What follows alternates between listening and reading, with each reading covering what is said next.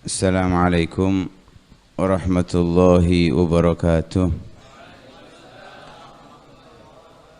Bismillah, alhamdulillah, wassalatu wassalamu ala rasulillah Sayyidina maulana Muhammad ibn Abdullah wa ala alihi wa sahbihi wa man walah wa la hawla wa la quwwata illa billah.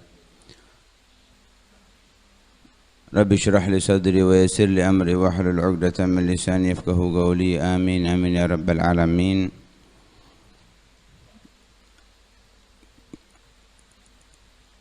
Di dalam syariat agama Islam pada tahun ke-5 Hijriah disyariatkan tayammum melalui lisan Rasul sallallahu alaihi wasallam dari sebab Sayyidina Abu Bakar beserta keluarganya. Tidak mungkin kita ceritakan kejadiannya, alhasil di situ disyariatkan tayammum yang mana Allah Subhanahu wa taala berfirman fatayammamu sa'idan thayyiba. Maka bertayamumlah dengan debu yang baik.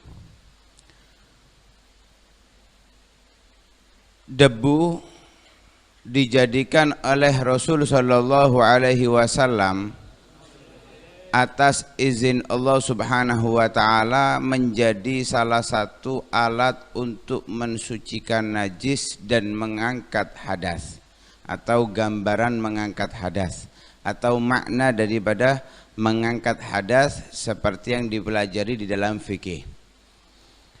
Itu semua berkat saat Rasul sallallahu alaihi wasallam menyatakan dalam hadisnya, u'titu khamsan, aku diberi oleh Allah Subhanahu wa taala 5 hal yang tidak diberikan kepada para nabi sebelumku.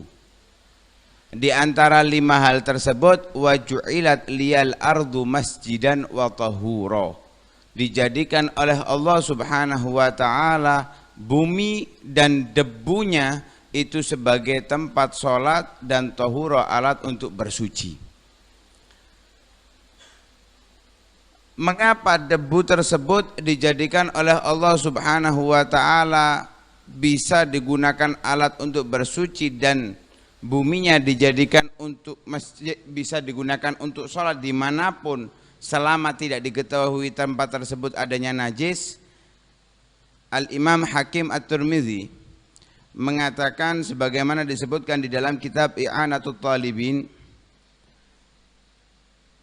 dijadikan debu sebagai alat suci untuk umat Nabi Muhammad sallallahu alaihi wasallam karena saat dilahirkannya Rasul sallallahu alaihi wasallam, bumi tersebut menghamparkan menjadi lebar dan luas serta menghias dirinya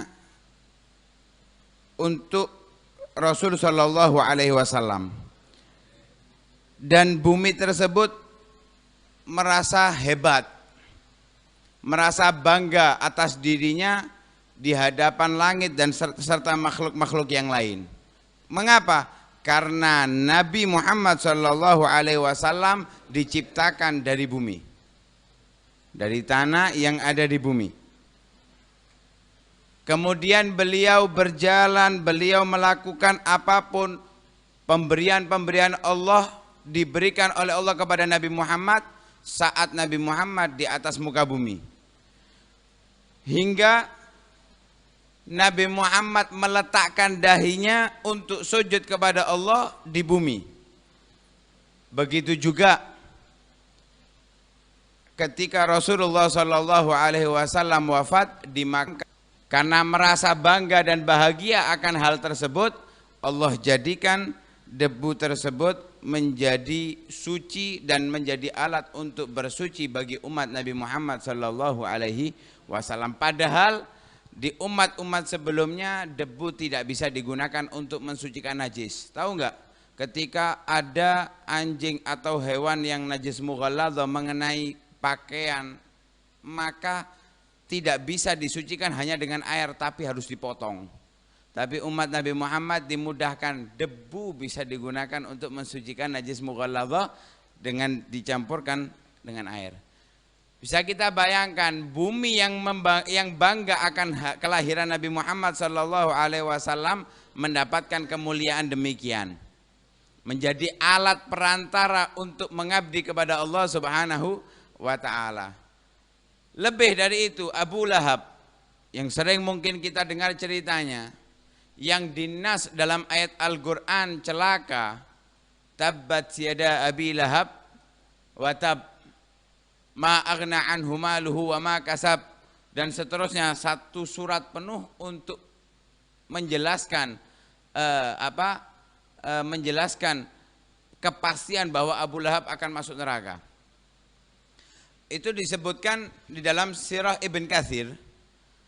Setahun setelah wafatnya Abu Lahab, Imam Abbas bin Abdul Muttalib dalam satu riwayat dinyatakan beliau bermimpi ketemu Abu Lahab dalam keadaan yang sangat hina. Setelah wafatnya Abu Lahab setahun.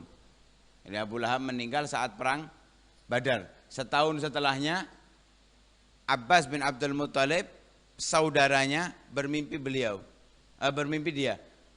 Dilihat dalam keadaan yang sangat hina. Ditanya, apa yang kamu dapatkan, apa yang kamu temui di akhirat? Katanya Abu Lahab, aku enggak mendapatkan kebaikan apapun setelah aku wafat. Kecuali hanya setiap hari Senin aku diringankan azabku. Bentuk keringanan azab ada riwayat keluar dari antara jempol dengan ibu jari. Air. Jempol, ya ibu jari dan jari telunjuk. Antara ibu jari dengan jari telunjuk keluar air yang dihisap dari situ setiap hari Senin. Setiap hari Senin. Mengapa penyebabnya? Penyebabnya adalah saat Rasulullah Shallallahu Alaihi Wasallam dilahirkan, beliau saking senangnya membebaskan budaknya yang bernama Thuwaibah al-Aslamiyah, dimerdekakan karena bahagia dengan kelahiran keponakannya. Karena kelahiran keponakannya bangga. Maklum di saat itu kelahiran anak laki-laki itu membanggakan. Kelahiran anak perempuan itu membuat aib untuk keluarga. Lah karena bangga, bahagia sebab ayahnya Rasulullah sudah wafat, maka paman-pamannya lah yang akan merawatnya. Lah Abu Lahab melihat anak itu laki, karena bahagia dimerdekakan budak. Penyebab kebahagiaan dengan mengeluarkan satu budak padahal ia memiliki banyak budak, membuat dia saat dihakimi di hari kiamat kelak di neraka Allah Subhanahu wa Ta'ala masih memiliki keringanan, setiap Senin bisa merasakan air dari antara ibu jari dan jari telunjuknya. Karena sekedar bahagia sesaat, saat kelahirannya saja. Karena itu Al-Habib Umar bin Muhammad bin Salim bin Hafid menyebutkan dalam maulidnya, hadza ma'al kufri. Kalau Allah memberikan seperti ini kepada orang kufur, fa kaifa bi farhatin min dzi fuadin imtala imana. Bagaimana kalau yang memiliki kebahagiaan, yang memiliki kesenangan akan kelahiran Nabi Muhammad sallallahu alaihi wasallam memiliki keimanan yang sempurna di dalam hatinya. Maka lebih dan lebih lagi, karena itu juga merupakan perintah Allah Subhanahu wa Ta'ala, sebagaimana di dalam ayat Al-Quran disebutkan apa? Qul bi fadlillahi wa bi rahmatihi fabidzalika falyafrahu huwa khairun mimma yajma'un. Katakan wahai Muhammad, bi fadlillah, dengan karunia Allah. Ahlu tafsir banyak menyatakan itu adalah ilmu. Wa bi rahmatihi, dan dengan rahmatnya Allah. Ahlu tafsir diantaranya Ibnu Abbas menyatakan itu adalah Rasul Shallallahu Alaihi Wasallam, karena dalam ayat Al-Quran dijelaskan wa ma arsalnaka illa rahmatan lil alamin. Dengan karunia Allah, dan dengan rahmatnya Allah Subhanahu wa taala, maka dengan itu falyafrahu, hendaknya mereka orang-orang yang beriman itu bahagia. Huwa khairum mimma yaj'un, hal tersebut, bahagia dengan hal tersebut adalah hal yang lebih baik daripada apa yang mereka kumpulkan. Karena itu Al Habib Umar bin Muhammad bin Salim juga mengatakan di dalam di dalam maulidnya, huwa rahmatul maula ta'ammal qawlahu falyafrahu waghdu bihi farhana. Dia Nabi Muhammad adalah rahmatnya Allah. Renungi firman Allah Subhanahu wa taala, falyafrahu, maka hendaknya mereka berbahagia. Waghdu bihi farhana. Ayo kita harus bahagia dengan kelahiran Nabi besar Muhammad sallallahu alaihi wasallam. Lah, bentuk bahagianya apa? Rasul nggak minta banyak dari kita kok. Rasul nggak minta berat dari kita. Cukup dua hal. Wasiat dari Rasulullah Sallallahu Alaihi Wasallam, kalau itu jadi pedoman hidup kita, kita berpegang teguh dengannya, maka kita akan selamat dari berbagai macam fitnah, dan kita akan dekat dengan Rasul Sallallahu Alaihi Wasallam. Apa itu? Kitabullah wa sunnati, Al-Quran dan hadisnya Rasulullah. Dalam riwayat yang lain, kitabullah wa itrati ahli baiti, Al-Quran dan keluarga keturunan Nabi Muhammad sallallahu alaihi wasallam. Sebagaimana di dalam ayat Al-Quran disebutkan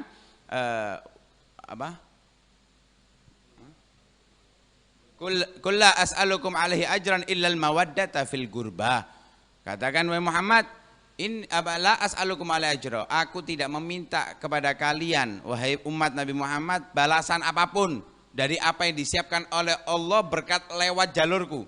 Enggak minta apa-apa kecuali kasih sayang kepada keluarga Nabi Shallallahu Alaihi Wasallam. Karena itu apa yang diwasiatkan oleh Rasulullah Shallallahu Alaihi Wasallam dari ayat-ayat Al-Quran yang harus kita fahami dan kita amalkan, dari hadisnya Nabi yang harus kita fahami dan kita hafalkan, serta keluarga Nabi yang harus kita hormati.